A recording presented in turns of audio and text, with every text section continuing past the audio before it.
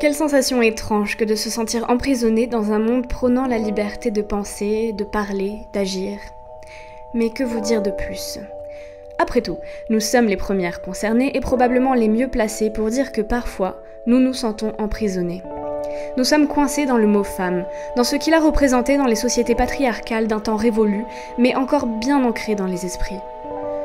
Nous sommes piégés dans la signification de mots, dans ce que les esprits attendent de nous, qui sommes étiquetés sous ce terme. Vous attendez de l'eau qu'elle vous désaltère, non ? Sauf qu'à la différence, nous, femmes, êtres humains à part entière, nous sommes doués, comme tout un chacun, d'une conscience propre et d'une volonté. Nous ne sommes pas imposables si facilement. Nos revendications ne sont pas vindicatives. Nous ne demandons pas des choses énormes. Juste de pouvoir danser, chanter, rire à gorge déployée, sans que quiconque vienne nous dire que notre place est ailleurs, sans que personne ne nous regarde comme si nous étions de la viande, comme si nous étions des objets ou des êtres inférieurs. Nous sommes tous égaux en notre qualité d'être humain.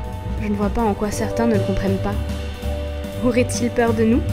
Peur de notre envie de vivre ? Peur de notre désir de liberté ?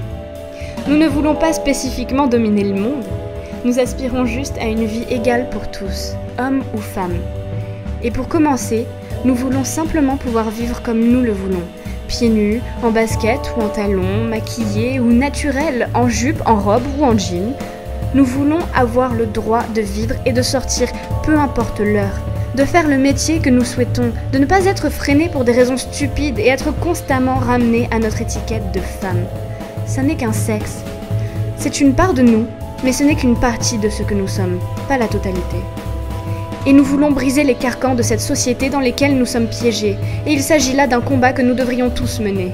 Les femmes ne sont pas les seules victimes. Nous n'avons pas à nous faire dicter par des magazines ou des publicités ce qui est bien ou non au niveau de son physique, de sa prestance sociale, de ses mœurs. Nous voulons nous aimer, nous embrasser, et nous voulons vous aimer aussi.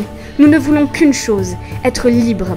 Libres de nos actes, de nos sentiments, libres de s'unir et d'aimer le monde comme nous le désirons.